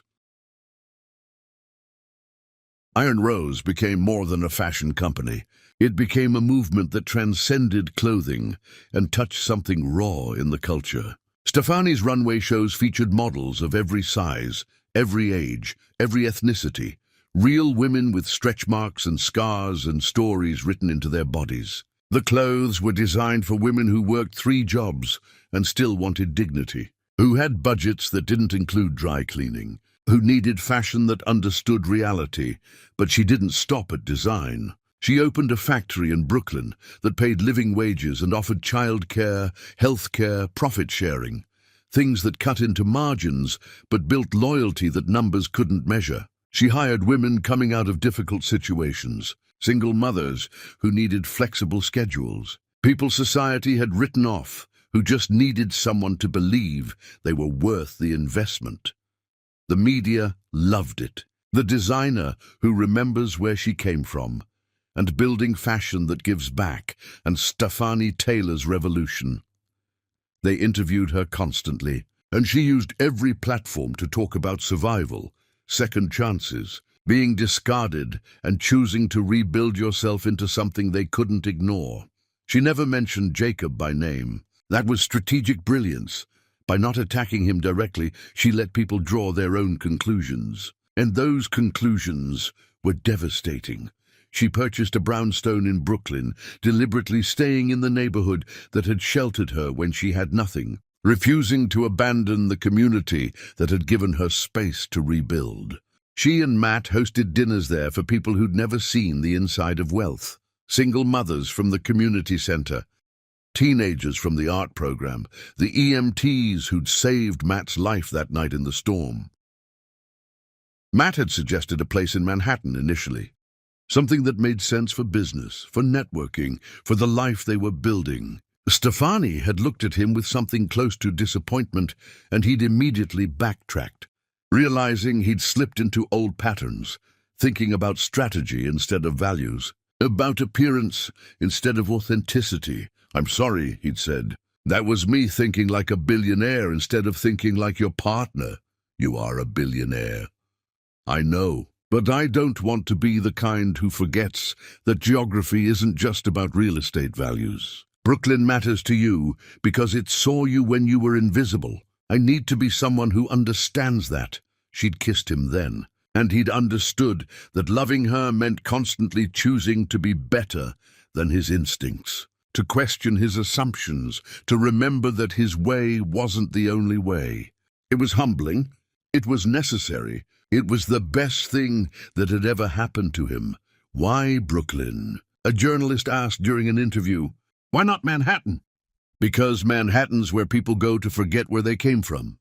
Brooklyn's where people go to remember why they survived." Stefani's answer was quoted in 1,000 articles afterward. She launched a foundation providing business training and startup capital for women escaping abusive relationships, called it Iron Rose Initiative, and staffed it with women who understood that survival was just the beginning, that rebuilding required resources and someone willing to believe your past didn't define your potential. Patricia Duffy reached out through an intermediary, a letter that arrived in expensive stationery with a return address that probably cost more than most people's rent. The letter apologized without expecting forgiveness, acknowledged harm without demanding absolution, admitted that her son had learned his cruelty from somewhere and she'd spent too many years teaching rather than correcting. Stefani read it once, filed it away. Maybe someday she'd respond. Maybe not. The letter wasn't about Patricia's redemption. It was about her own peace. And peace, Stefani had learned, didn't require reconciliation. Sometimes it just required distance. Meanwhile, Jacob's life continued its slow suffocation. His company closed completely. Not bankruptcy, just a quiet death, where he locked the doors one day and didn't come back. The shared office space stopped making sense when there was no work to do there. Gordon released a statement to Forbes when asked about the dissolution. "Some partnerships end because of disagreement. Others end because you realize you were never actually aligned on values in the first place." Every job interview ended the same way.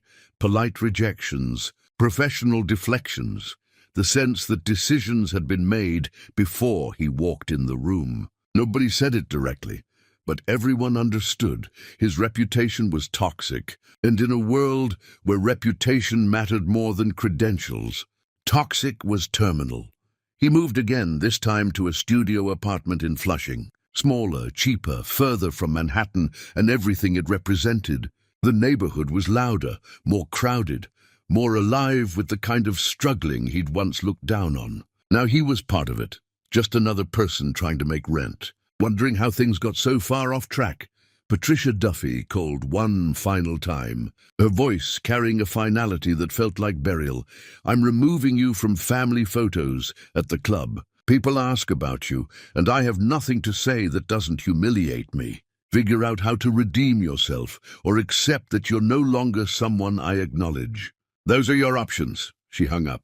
Jacob tried calling back, but she'd blocked his number. His mother had erased him like he was a mistake in permanent ink, and she'd found correction fluid. On a Tuesday evening in October, exactly 1 year after the storm that had changed everything, Jacob found himself standing outside the community center in Brownsville. He didn't plan it. His feet just carried him there, following some instinct he didn't understand. Through the window, he watched Stefani teach children to paint. They crowded around her like she was made of safety and magic, asking questions about colors and techniques, but really asking if someone saw them, if they mattered, if beauty existed in a world designed to crush it. A little girl, maybe 7, showed Stefani a painting, crude, simple, heartfelt. "Is it good?" Stefani knelt down, eye level, and studied the painting like it was museum-worthy. "It's honest. That makes it better than good. It makes it real." "When I grow up," the girl said, voice carrying conviction that could move mountains, "I want to be brave like you." Stefani's face did something that made Jacob's chest hurt. It softened and strengthened simultaneously. like she was absorbing the child's words and reflecting them back amplified. You already are brave. You're here. You're trying. You're creating beauty in a world that says you shouldn't matter.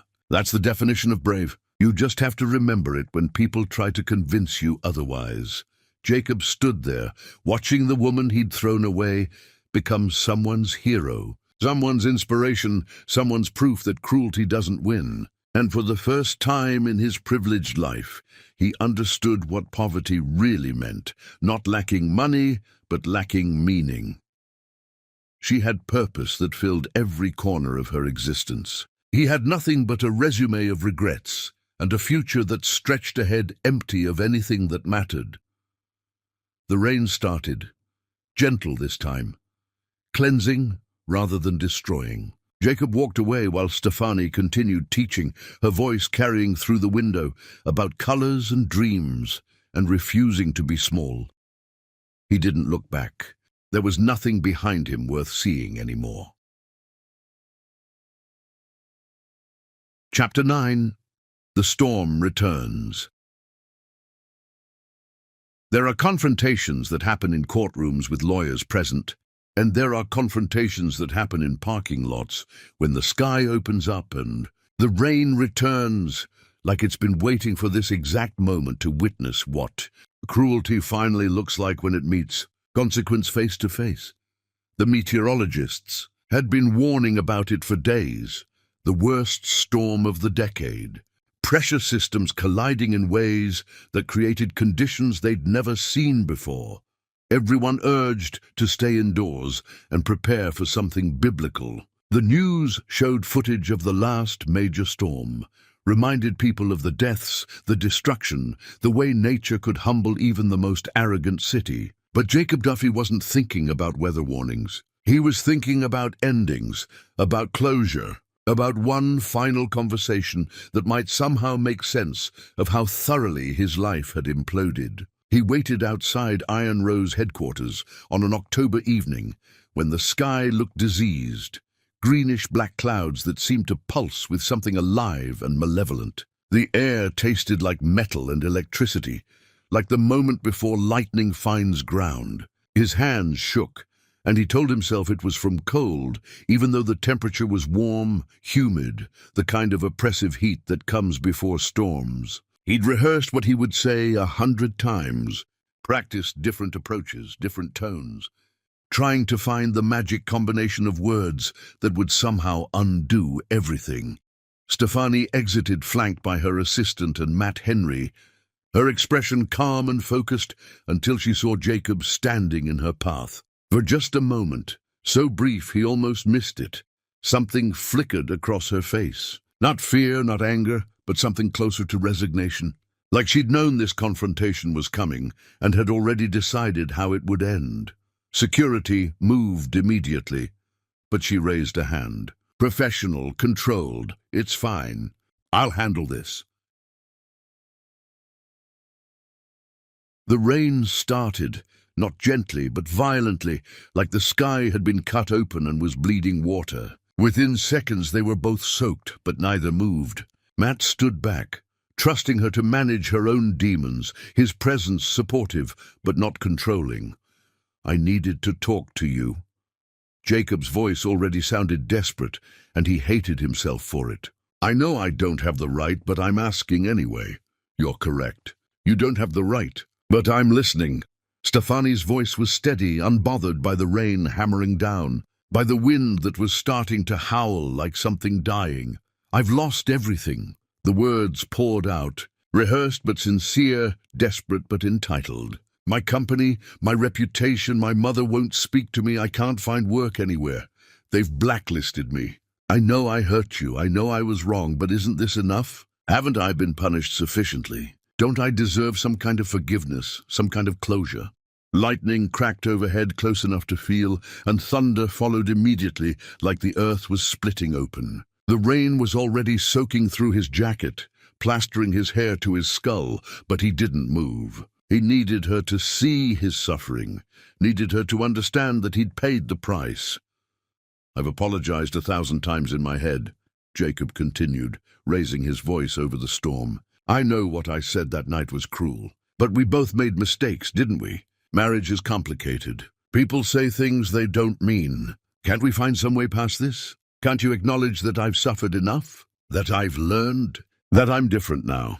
Stefani let him finish. Let the rain soak them both while Matt stood 20 feet back, watching, ready to intervene, but respecting her autonomy. Her face was unreadable, water streaming down it, and Jacob couldn't tell if she was crying or if it was just the rain. He hoped it was tears. That would mean she still felt something, that there was still a crack in her armor he could exploit. When she finally spoke, her voice cut through the storm's roar with surgical precision. "Let me make sure I understand what you're asking." Her tone was almost conversational, which somehow made it more terrifying. "You want me to forgive you, not because you've learned anything or changed fundamentally, but because you've lost things, and you think suffering is currency that buys absolution. You want closure, not because you want me to heal, but because you're uncomfortable with being the villain in a story that's still being told." "That's not—" "I just thought—" Jacob stumbled over words that wouldn't form properly. "You thought wrong." Stephanie stepped closer, and Jacob instinctively stepped back. "Your suffering isn't my responsibility. Your downfall isn't my satisfaction. It's just consequence meeting cruelty after a 5-year delay.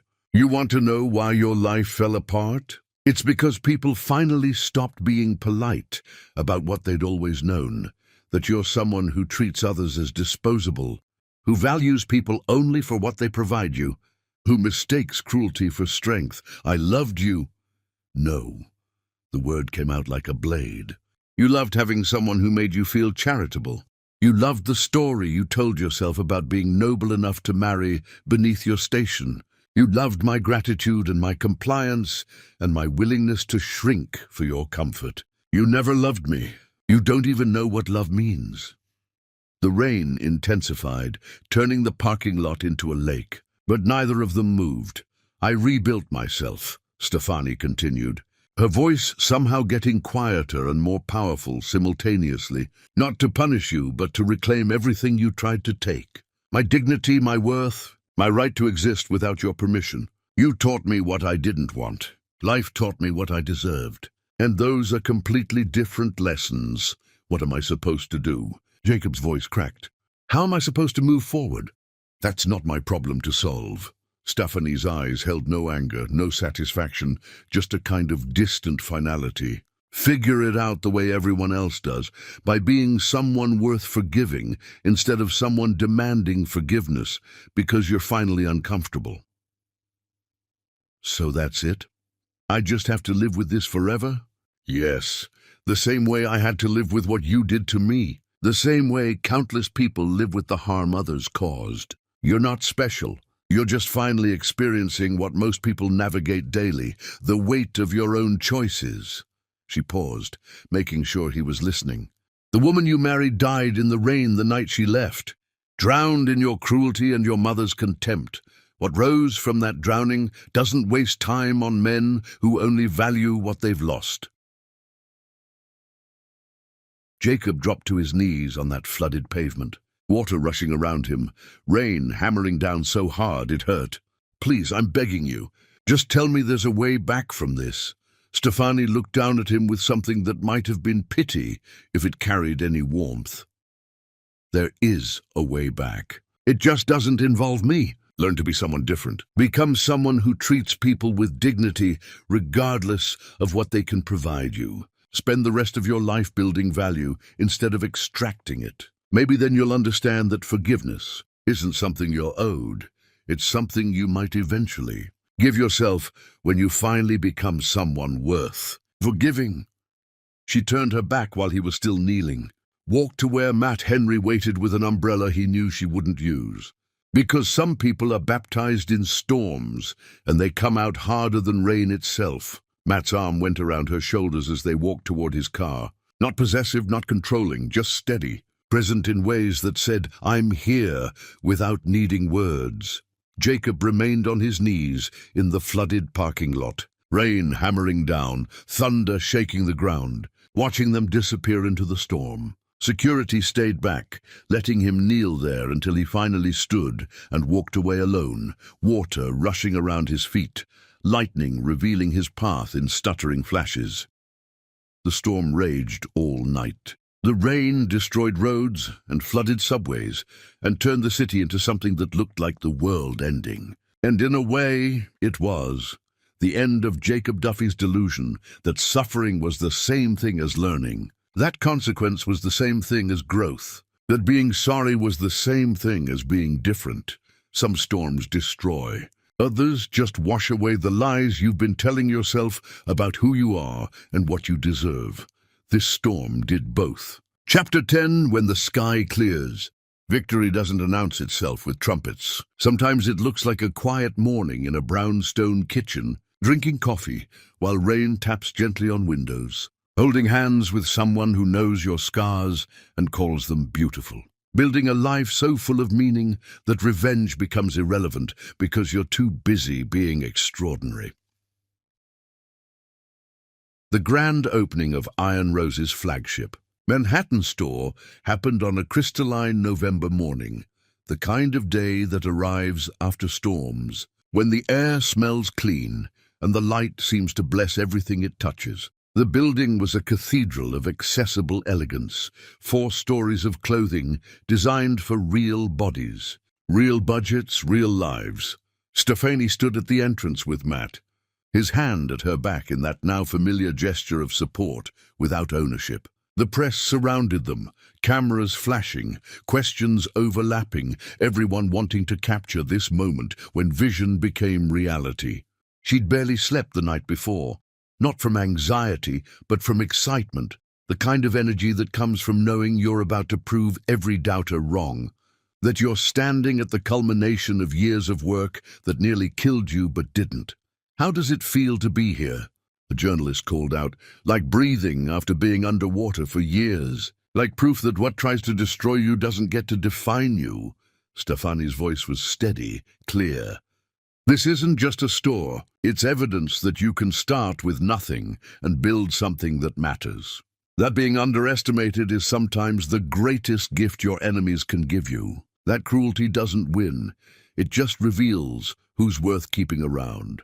They asked about her journey, and she answered with brutal honesty, about starting with nothing after leaving a marriage that was slowly killing her spirit, about surviving on minimum wage and teaching art to children who needed to know beauty still existed, about the storm that killed 3 people and saved 1 billionaire and somehow changed everything. She spoke about the nights when hunger felt like it would consume her from the inside, about the mornings when getting out of bed felt like climbing a mountain, about the moment she decided that survival wasn't enough.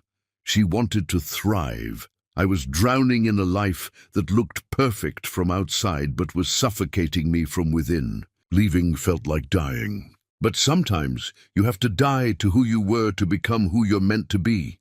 She paused, looked at Matt, then back at the cameras. I didn't build this alone. Matt Henry invested in my vision when the world said I had nothing to offer. The women in Crown Heights and Brownsville supported me when I had no credentials. The children I taught reminded me why creating beauty matters. This success belongs to everyone who believed that worth isn't determined by where you start. It's determined by who you become. Inside the store, the top floor featured a gallery of artwork from the community center children. Every piece was for sale, with proceeds going entirely to the young artists. A painting by the 7-year-old who'd called Stephanie brave sold for $5,000 to a collector who said she was investing in the future. The letters lined an entire wall, thousands of them, from women thanking her for making them feel seen, from young girls who looked at her and believed they could build something from nothing, from survivors of their own hells who said her story gave them permission to stop apologizing for taking up space. Matt stood beside her, and when they looked at each other, it told a story that interviews couldn't capture.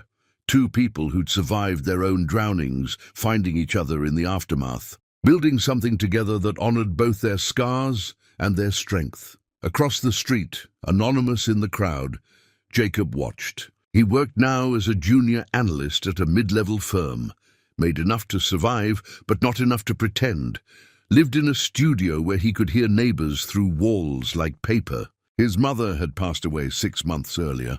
They hadn't spoken in over a year. At her funeral, people asked where he'd been, and he had no answer that didn't sound like confession. Her final words to him, delivered through her attorney after she'd removed him from her will, had been simple and devastating. "I raised a son I was proud of. I don't know who you became." He saw Stefani through the glass, radiant and powerful, surrounded by people who looked at her like she was proof that goodness doesn't finish last, it just takes the long route. Matt Henry stood beside her, and Jacob recognized something in how they looked at each other. Real love, the kind built on respect and survival and choosing each other every day. The kind of love Jacob had never understood, had never been capable of offering, because he'd been too busy taking to ever learn how to give. That evening, a journalist asked Stefani about revenge. She paused, looked at Matt, then back at the cameras. When she spoke, her voice wasn't rehearsed, it was searching, figuring out the words as she went. Revenge. "People keep asking me about revenge." She shook her head. "I didn't set out to destroy anyone. I needed to survive. And surviving meant building something. Creating something that proved, not to him, but to myself, that I wasn't what he said I was. Weak, useless, a mistake." She took a breath, and Matt's hand found the small of her back. "He taught me what I didn't want." That part's true. But life, she gestured to the store, to the people, to everything she'd built. "This taught me what I deserved. And it's not about him anymore. Maybe it never really was. It's about every woman who's been told she's not enough. Every person who got discarded and had to figure out how to keep breathing." Her voice caught slightly. "The rain that night, I thought it would kill me. I wanted it to, honestly. But it didn't. It just washed away everything that was already dying. And what was left? I don't know, something stronger. Something that didn't need his permission to exist." She didn't mention his name. She never did. And watching her stand there, imperfect, human, real, was more powerful than any perfect speech could have been. The journalist pressed, "So you're saying it's not revenge?" Stefani smiled, but it was sad around the edges. "No, it's resurrection. And the difference is, resurrection is about you coming back to life. Revenge is about them staying dead. I chose life. What he chose. That was always his choice to make." As she walked out of that opening into a city that finally felt like home, hand in hand with Matt Henry, toward a future she'd built with scarred hands and unbreakable will, Jacob watched from the shadows and finally understood. Some women don't need you to fall. They're too busy learning to fly. The rain that destroyed her didn't kill her. It washed away everything weak and left only what was strong enough to survive the drowning. And what survived was someone he never deserved in the first place. Someone who didn't need his permission to be extraordinary, his approval to be worthy, his presence to be whole. That's not revenge. That's resurrection. And he was standing in the ruins of what he destroyed, finally understanding that the real tragedy isn't that he lost her. It's that he never actually had her at all. He just had proximity to greatness and mistook it for ownership. The rain started again, gentle this time, cleansing. Stefani lifted her face to it and smiled, because rain no longer meant drowning. It meant she survived something that tried to kill her and came out stronger. And Jacob walked away alone, finally learning what poverty really means, not the absence of money, but the absence of meaning. She had everything. He had nothing. And the rain, indifferent and eternal, washed them both toward the futures they'd built with their own hands.